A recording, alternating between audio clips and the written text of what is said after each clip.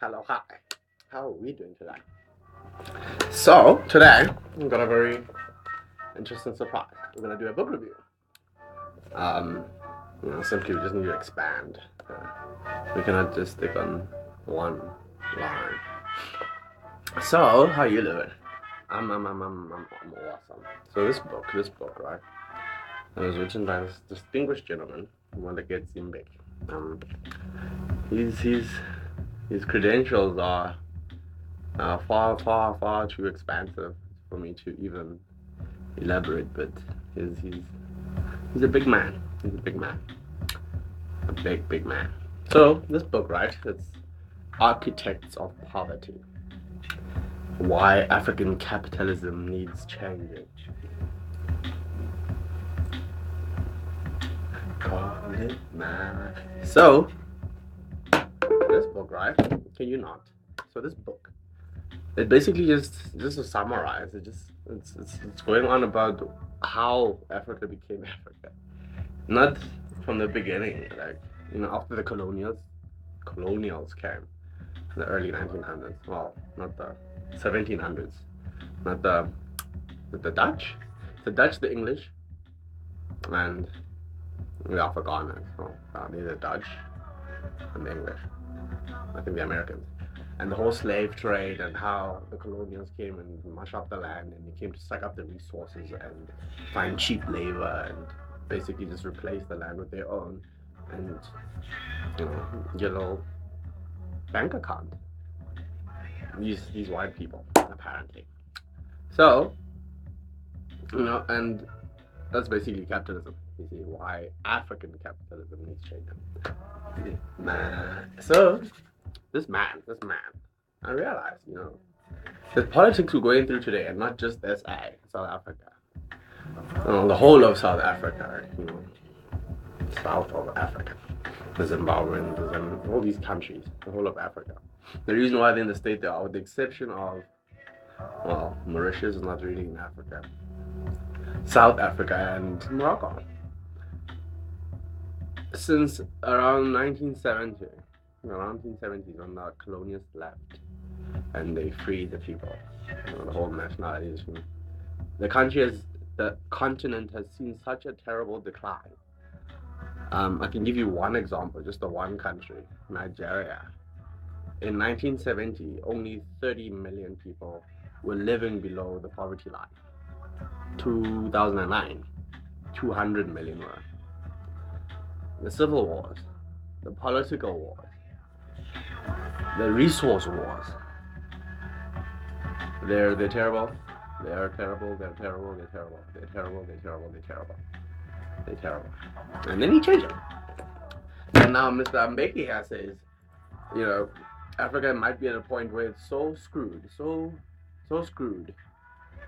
We will only be able to live off debt, borrowing the bank, our trust fund baby, or from the UN, from gifts, donations and food parcels and peacekeeping, and then you get into the whole America and Obama is like the big bully of the world, and so Africa, right? Can we just focus less on the petty politics? Because that's all just admin, that's all paperwork, Sister Bettina there at reception is dealing with why money is going there and why it shouldn't be here. She's getting the orders, yes, from the top of the pyramid. Beyond the board members, maybe the investors, the shareholders of said country. It's meant to be the people. It's meant to be the people's land. This land of ours, this land of Abraham. It's meant to be ours. So we pay to live on it, and these people are being displaced, and the politics of it, it's just horrible. It's horrible. And many people want to blame color, racism, or some sort of ism, some sort of fault, the fault in our stars. And I say it's mere ignorance that's driven the people who have been duped and the dupers. I think we should go into the next song. But anyway, Yesterday, I saw this on my Facebook profile. Tessa. How you cage? She posted. She shared a status regarding what's his name, Mr. Tutu, Desmond Tutu. He quoted. He said, "They came. When they came, they had the Bibles. We had the land. They said, let's pray. We closed our eyes. When you open them, we had the Bibles and they had the land."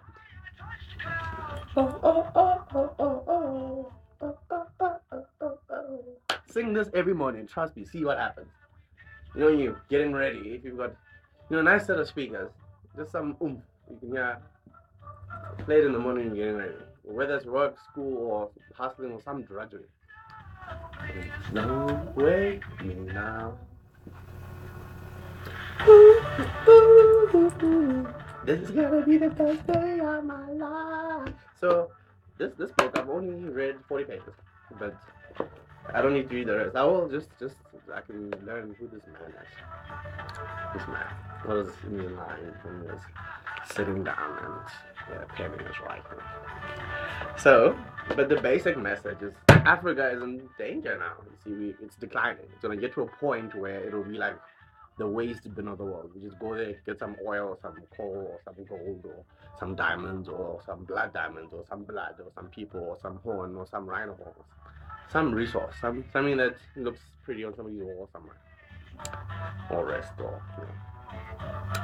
So, Mandela's right. I mean, there's some people, there are many people. The names, I'm terrible with names. That have all done these revolutionary parts. In Africa, it's worse. The top of Africa, some of them get assassinated for speaking truth. Some of them get kidnapped or beaten before they get to trial. It's like your legs and your arms are broken when you get to court to testify against why the president is spending billions on national oil, giving it to some European or some American corporation. Wow. His pockets are heavy, yes. But while he's driving to his, offices, he's passing people who are living below dead. And I mean, in economics, in finance, they call that steroid banking, when you make money out of debt. And the only way you can do that, besides crime, is finding cheap labor. Hence, colonialism. This is gonna be the best day of my life. So Africa, I couldn't care less what we think we are. I mean, everybody's got a different story about who we are. We know who we are. Nobody has to tell us. Even when Africans meet from all walks of Africa, I mean, it's meant to be brother. And you go separate ways, or you help each other if need be. And now everybody's just so anxious about the future, about the past. It's the third song time. So it's kind of worrying, because the architects of poverty are these. I mean, we use the word white people in the normal sense, which is just white people destroyed everything. They destroyed the Americas with the Indians, destroyed the Africas with the blacks. They destroyed the Asians. You see, they just went to go police everywhere. But these white people, the only place they didn't destroy is apparently Europe, and that's where they should have come from, because if the blacks are from Africa and the Indians are from America, and the yellow people, or the Indian Chinese, they're from Asia, where would the white people be from? Science and not Lost Stars, we already played this. Science and it's science and what's the other one? The study of genetics and whatnot. It would say that white people, blue-eyed blondes, the one that Hitler was obsessed with, they're alien. They can all be traced to one ancestor, and they might have flown some comet. Nobody knows. Anyway, so Africa, right? Africa. Now that you've got the history of it, Can we stop blaming white people for being ignorant enough to fall for their traps? Oopsie. They came here with all their trinkets and all their technologies and all their religions, the books, the works. Where they got them from is another story. So, and Africa had its own. And we're like, alright, we'll trust you. I don't know what happened, the encounter. I don't know if it was peaceful or not. But yeah, cool, we'll help you. And these people are like, we'll help you. And then their help and our help was like two different helps. So they got the country, they got the land, and we got the Bibles. So I say, your breath, you think I'm crazy, yeah, you think I'm crazy, well, not stop that. I'm not crazy. Anyway, so I say, and tonight, I met a wonderful lady, Mandy the bar, on Google Plus, and we're discussing this. Let me actually pull it up. Hopefully, it doesn't take too long. And she posted a very interesting tweet. I'm gonna read it out loud. And I mean, we've never met, we've never talked. I don't even know how we know each other, but she's got cool ideas. I thought I could follow her. And her tweet, we're just opening now. Damn it. How do you go to your history, like, if you've said something somewhere?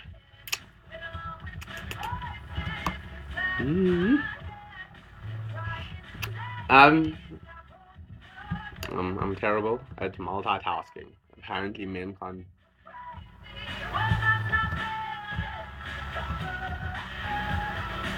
Don't do that. What?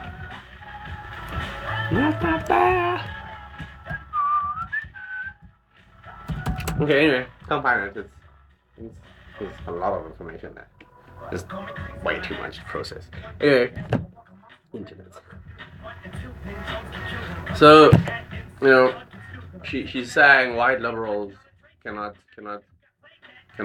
claim to fight racism if they're still not disinvesting in white supremacy, something like that. Something similar to what Steve Hoffman said, and he's in trial for it. You see, the blacks are like, no, you can't say that, and some of the ones are like, yeah, we like black people. Some of them are my friends. I work with them, I hire them, but he's my friend. And that's not cool. That's cool. Just to be human about it, and it works. Now this, you see, we're not saying white people go back. No. That doesn't work. We can look at South African politics. It's telling you it does not work. You see, with the hearts of the continent, and yet our people are as useless as people. So I think we should really set up what the Truth and Reconciliation Council.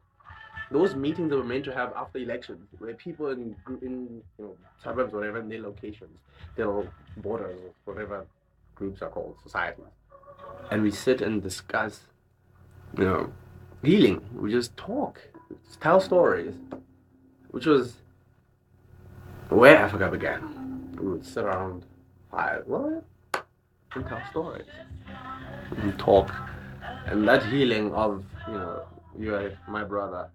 You're here for me. I'm your brother. I'm here for you. Ubuntu, In Lakesh Alakin, the God in me recognizes the God in you. You see, the mirror of life.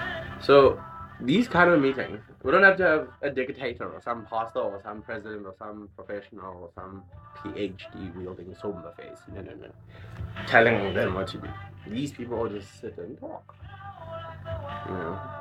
Eventually we'll get to points where it'll be like a public holiday or something, like a Sunday ritual where everybody just vents out. We just purge. And the week will have been so pumped up. It'll be the best day of our life. And You'll watch society fix itself slowly, bit by bit. By the time you fully realize the work you're creating through being a loving human being, love and live and let love, or live and let live, or love and let love. You know, love your neighbor, do as thou want others to do unto you. You see, just be nice, be a cool person. Forget your insecurities, forget your guilt, forget your shame and your guilt. I don't care how insecure. I don't care your ego. The human ego is like the biggest thing in the world, but it's so tiny. It's smaller than the nucleus of an atom, and that's 99.9% air. Not even air, nothingness. You see, it's non-existence. That's the ego. That's your personality. That's who you think you are. Who are you? You're not a name or some location or some history or some likes and dislikes. You're a different person every day. You're creating. You're growing. Enjoy the present moment as it comes. And once you do that, once you master that, read my notes on Facebook. 3 stages of how to become aware again. Just keep checking in every now and then, and it becomes second nature, and we shall become the architects of success. And the world will hear Africa's story from Africans. You see. And I promise you, we've got a really cool story. We've got a cool story. We've got a pretty cool story. So let's do that. Can we? The book Moeletsi Mbeki, Architects of Poverty.